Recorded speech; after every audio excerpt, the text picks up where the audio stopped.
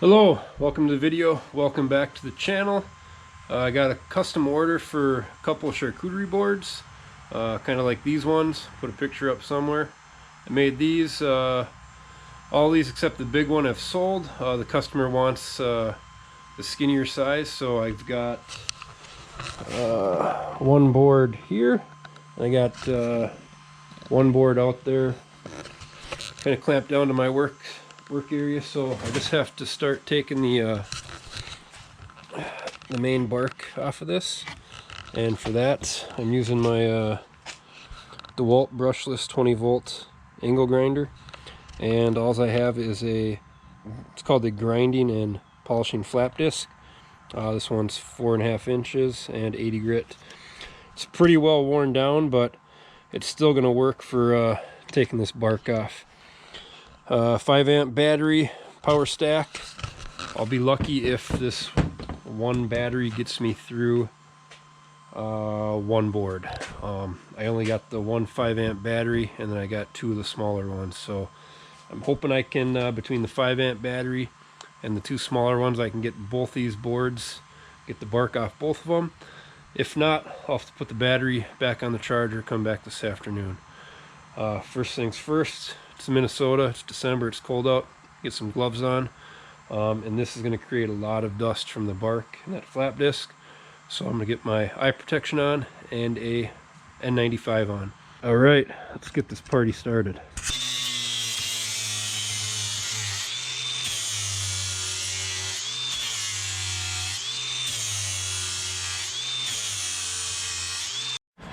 Alright, you can kind of see the difference already. We're getting down to the main part of the wood here after eating through all the bark. You can see right there, so we still have to eat through this.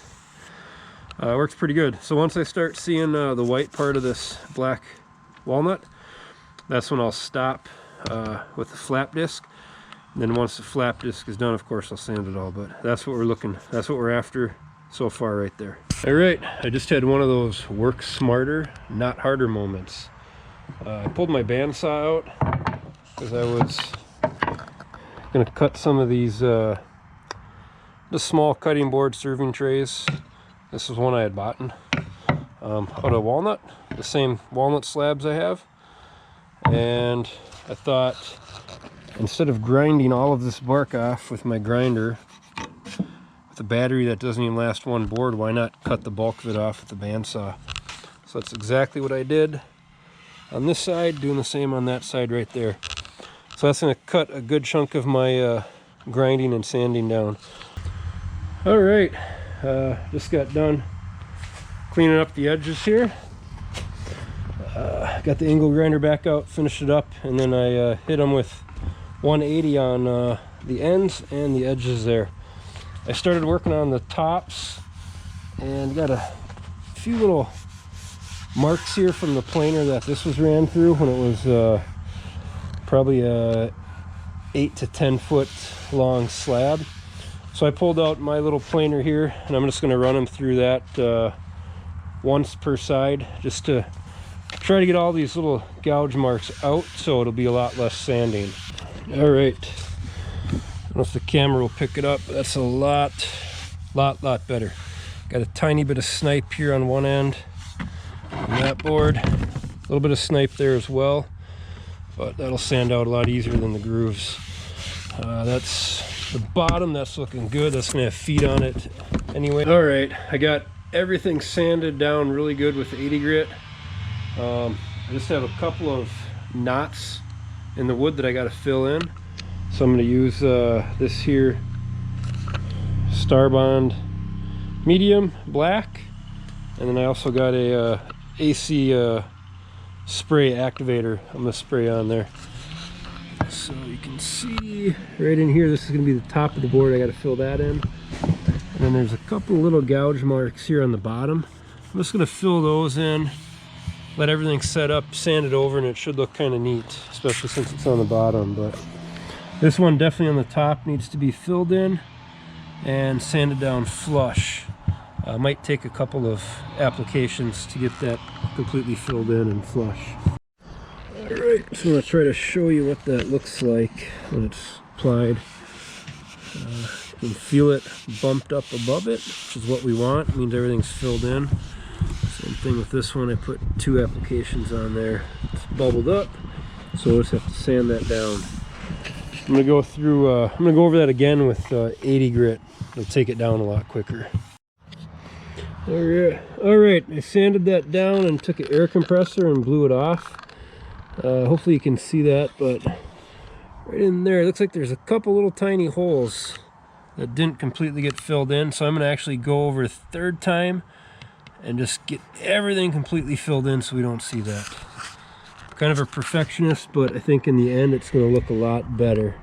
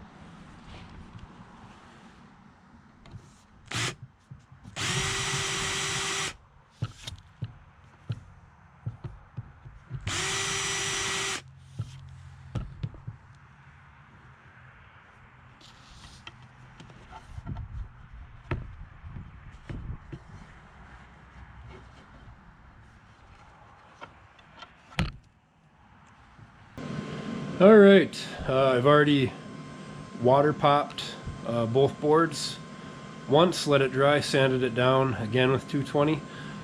So I'm just gonna water pop each board again. So I'm just gonna take a rag, wet rag, wipe them down over here, and then just let them dry for half an hour or so, and then I'll come back and sand them again with 220.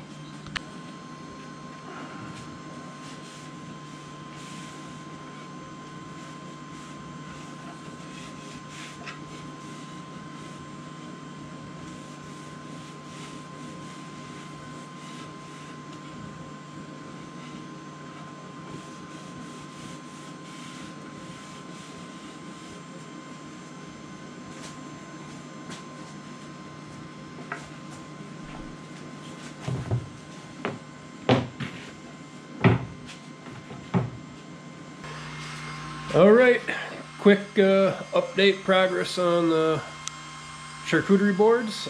These are custom orders, so I'm putting a small engraving on either the top or the bottom of them. So got the laser going. I got it just barely fit under my laser. Had to pick it up just a little bit, but it is engraving. All right, last one just came off the laser. It's looking good. I'm gonna bring this one over and hit it with 220 on the palm sander real quick, and then hit it with some compressed air. All right, here are the boards. Brought them inside. Like I said, I sanded the engraving 220 lightly again, hit it with compressed air. Engravings look good. Next step, I got a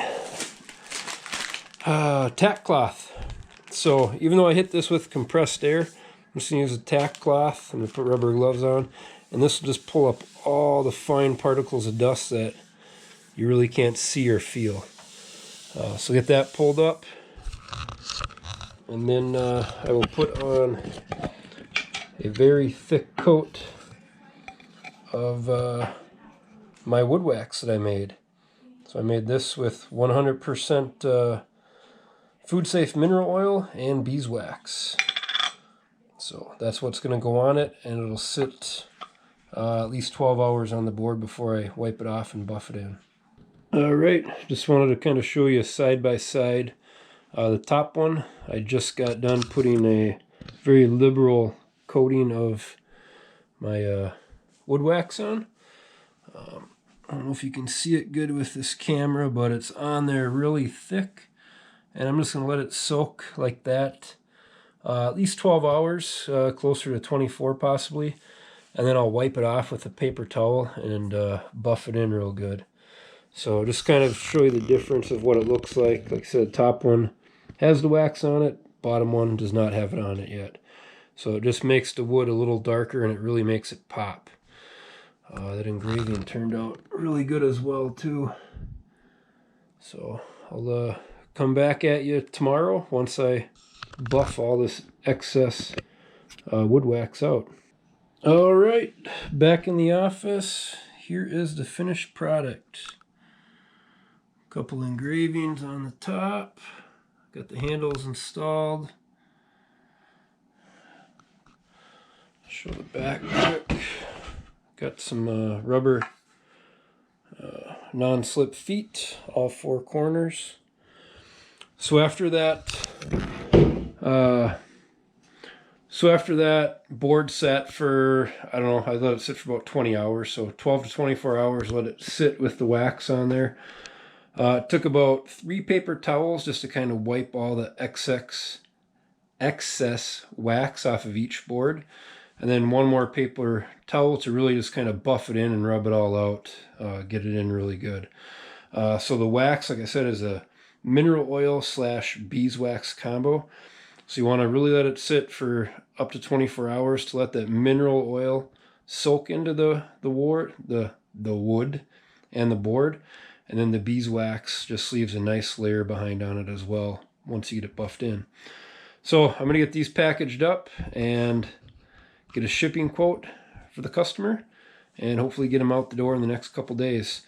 So I'm doing an introductory rate on these boards from a couple months ago. She had reached out, she wanted them, so I'm only charging $70 per board plus shipping, which is pretty darn cheap for the labor that goes into these and the quality of wood that I'm using. But it's a win for me. I enjoy making them. So yeah, appreciate you watching the video, and we'll see you next time.